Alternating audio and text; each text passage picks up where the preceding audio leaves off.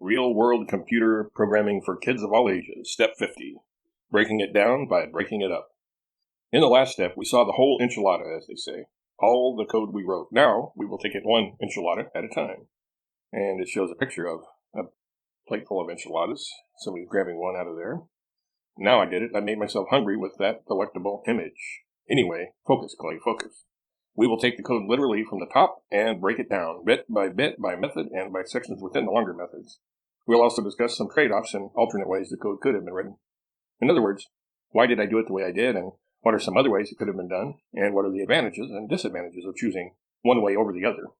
The code starts out with the using clauses and connection string stuff, but we covered that already in the last step. We will now dive in to the deep end of the pool, so to speak, into the meat of the code. And it shows the code now for the first part of the code for the click event of the button. And the comments are, these are the variables we will need. Notice that we have several string lists. The first two store all the genres for a movie, anywhere from 1 to 3. The same is true for the actors list. In our future expansion or refactoring of the way the data is populated in the upcoming third major part of our journey into web technology, the number of actions will not be limited to a measly 3, but that's all for now. Also of note are the string lists that hold names. These are to hold the 4 possible elements or parts of a name: first name, middle name, which is optional, last name, and suffix. Also optional, if used, it would be a value such as senior, junior, the second, the third, esquire, etc. And then it shows the next block of code. These constant declarations correspond to the 13 elements, 0 to 12, in the semicolon delimited file we read in. As we've seen before, name the constants for integers make the code easier to read. Next block of code. This is the usual code for opening a file and reading its contents. We've seen this like before. Next block of code, the start of the for each loop. The first 7 items from the line of movie data, which we got from the CSV file and are now assigning to local variables above, are all pretty straightforward and similar to code we've seen in the past. The only slightly unusual thing here is that the call to split is splitting the elements in the line from the file on semicolons instead of commas. The next block of code is shown and says this is a little different. We don't know how many genres the movie will have assigned to it. It could be 1, 2, or 3.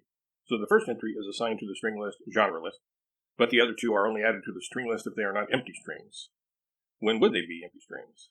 If the genres part of the line looked like this, and it shows comedy, semicolon, drama, semicolon, semicolon, then genre 3 would be empty. Similarly, if the genres part of the line looked like this, documentary, semicolon, semicolon, semicolon, then both genre 3 and genre 2 would be empty.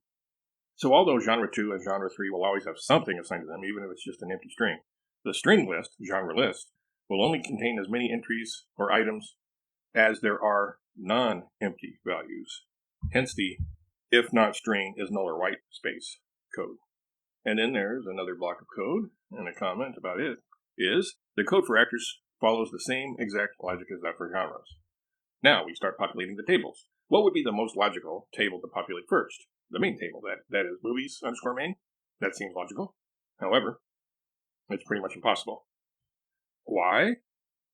Because movies _ main takes an ID value for both director and screenwriter. And do we know the IDs for those yet? No. Why not? Because they are not in the file that we loaded and read from.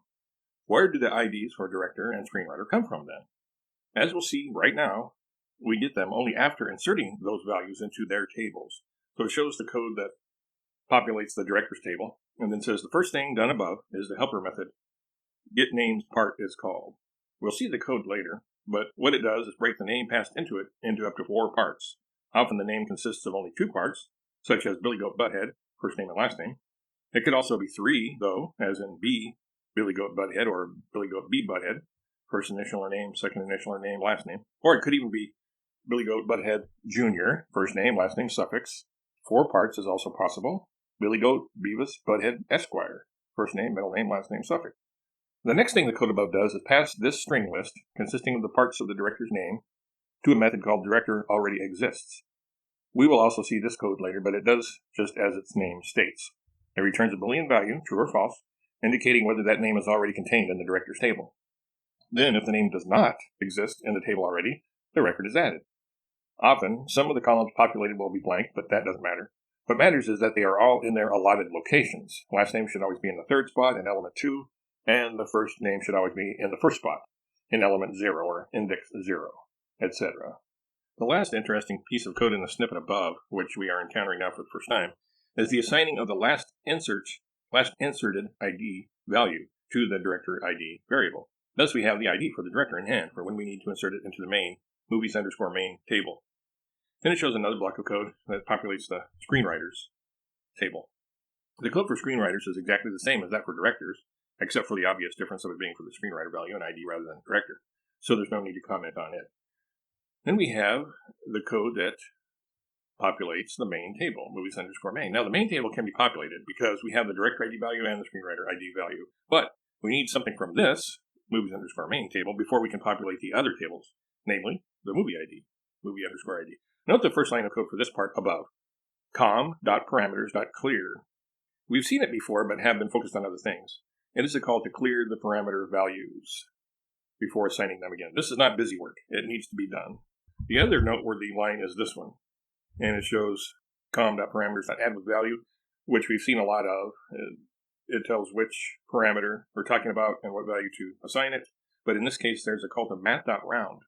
See how the IMDb_rating is encased in math.round, which passes the value and then a 1, the number 1 function. The reason for this is that otherwise this line of code, and it shows that code with the main record already exists method, assigning its return to the already exists Boolean variable, and it's passing the title, the IMDb rating, and movie length. Causes already exist to always be assigned false, even when a seemingly identical set of values for title, IMDb rating, and movie length already appear in the database. Notice how this was happening. The colors tested are rectangle, and the screenshot shows how 2 copies, 2 records of the same exact movie appeared in the database, even though we're checking for them already existing, and if they already exist, not to add it again. It looks like the same record got inserted in the database multiple times, right? Both rows have the same title, The Princess Bride, the same movie length, 98 per minute, and seemingly the same IMDb rating, 8.1000. But notice how I said seemingly the same IMDb rating. In actuality, the original code to assign that value was, and it shows that parameter being added with the value of simply the rating without the math.round. In other words, initially the math.round function was not used, but once I added it, the code began to work fine. No more duplicate rows. What was the problem? Why did adding math.round fix it? The reason is that what was really contained in one copy of the IMDb rating value may have been, say, 8.10001, whereas the other copy of that value may have been, say, 8.10002.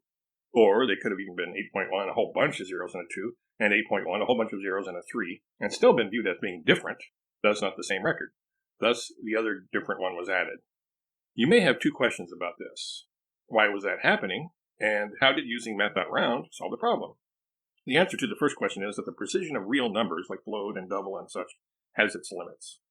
So you may not care that the 2 values differ by 0 point, a whole bunch of zeros and 1, but when you ask the computer, are these 2 values the same? It looks at them, sees the albeit minuscule difference, and answers, no, they're not the same. Computers can't think or reason. They don't take context into consideration. They don't know that we don't care about a minuscule difference like that we consider 8.1, a bunch of zeros and 2, and 8.1, a bunch of zeros and 3, to be, for all practical purposes, the same number, until we tell it to consider context. This we do by using math.round, passing the value, and a 1, which instructs the compiler to only care about the 1 digit after the integral part of the number. So now the compiler sees both values as simply 8.1, the same, not 8.1, a bunch of zeros and 2, and 8.1, a bunch of zeros and 3, different. So that is the answer to the second question. We cure the compiler of its pernicketiness by telling it, just worry about the first decimal value. Nothing beyond that. And that, certainly reasonable, as the actual IMDb rating is simply 8.1, with no zeros after it. The extra zeros were simply something added by the computer because it didn't know how many decimal points we wanted to use. Now another block of code. Here is our first lookup table. It simply contains 2 columns, an ID value and a textual varchar description. Since we're comparing the description with what's already in the table, it works fine. Another block of code, and here is our first many-to-many table. It contains 2 ID values, both of which are PKs, primary keys, in their table, and FKs, foreign keys, in this table. For this table, we have to verify that there are no records or rows that contain both of these values already. This is done by calling pair already exists in movies genres M2M table, which we'll look at when we get to it. Many-to-many tables contain many of the same values in a given column, but the pair of values in a record need to be unique. In other words, there may be many rows in it with a movie ID of 29, and there may be many rows in it with a genre ID of 67, but there should be, at most, only one row where movie ID is 29 and genre ID is 67. Another block of code is shown, and the comment is, this is another lookup table, so the code is very similar in concept to the one we discussed earlier for the genres table. Notice, though, that it calls getName parts, which is also called in several other places in the code. They each pass in the name of a person and call it something specific in the argument, or parameter, such as actor above, but in that method that's being called, the incoming argument is named Homo sapien, because it is called for directors, screenwriters, and actors who all happen to be Homo sapiens. That's the more general name. And then there's another block of code dealing with the other many-to-many table actors underscore movies. This code is virtually identical to that for the other many-to-many table, movies.genres, or movies underscore genres, so there's really nothing more to discuss here. Note, where I put the ellipsis dots throughout this step, it just indicates that some rather generic, uninteresting to us at this time, bit of code has been elided. Another block of code says there's nothing new in this method. Another block, nothing new here either. Another block, nothing new. Main record already exists. This is the method that was always returning false due to the new IMDb rating value appearing different to the compiler than other very similar values. Even when the difference was as insignificant as that between one copy of a document you print out and the next copy of the same exact document. Sure, one may have slightly more ink than the other or some other almost microscopic difference, but still different.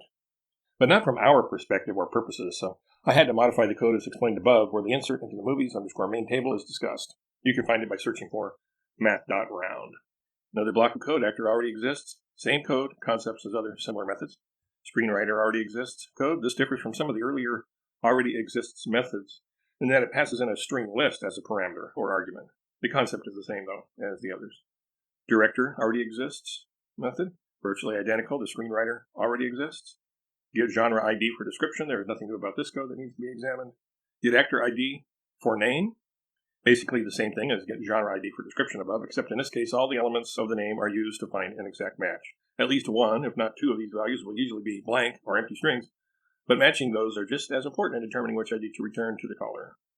And then another block of code, the comment about it is, now this is an interesting and somewhat complex and maybe even convoluted method.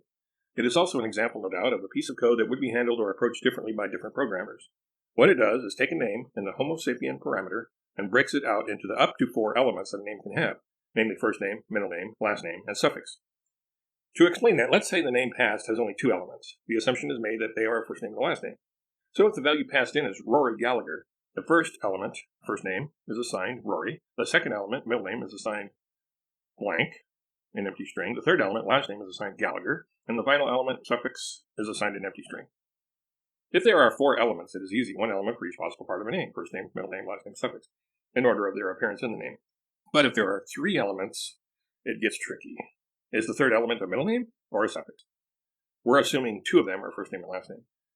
What I have expected from the data is that if a suffix is used, a comma precedes it. So James Weldon Johnson would be seen as first name, middle name, last name, whereas B. Birtles, comma, bassist, would be seen as first name, last name, and suffix.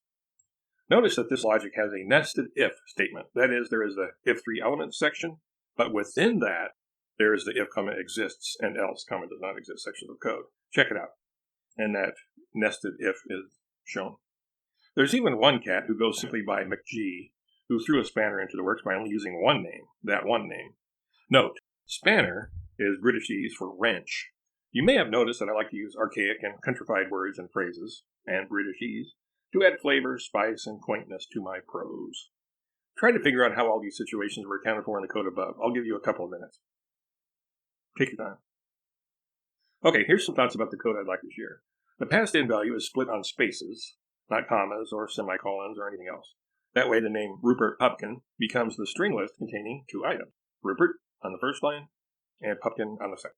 Assuming that there will always be one, the first name is always added right off. Then the most common situation is dealt with, that the passed-in string contains 2 elements, first name and last name.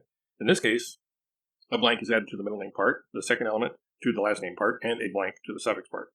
Then the easiest remaining situation is dealt with, if the passed-in string Homo sapien has all 4 elements. Next is the 3-element scenario, already discussed. The existence of a comma is what we go by to determine whether the third element is a suffix when there is a comma in the passed-in value or a middle name when there is not a comma. Finally, there is code to handle a situation where there is only one element to Homo sapien, such as McG or Prince or Cher or Elvis or Freebo or so. In the next step, we will query the data. Until then.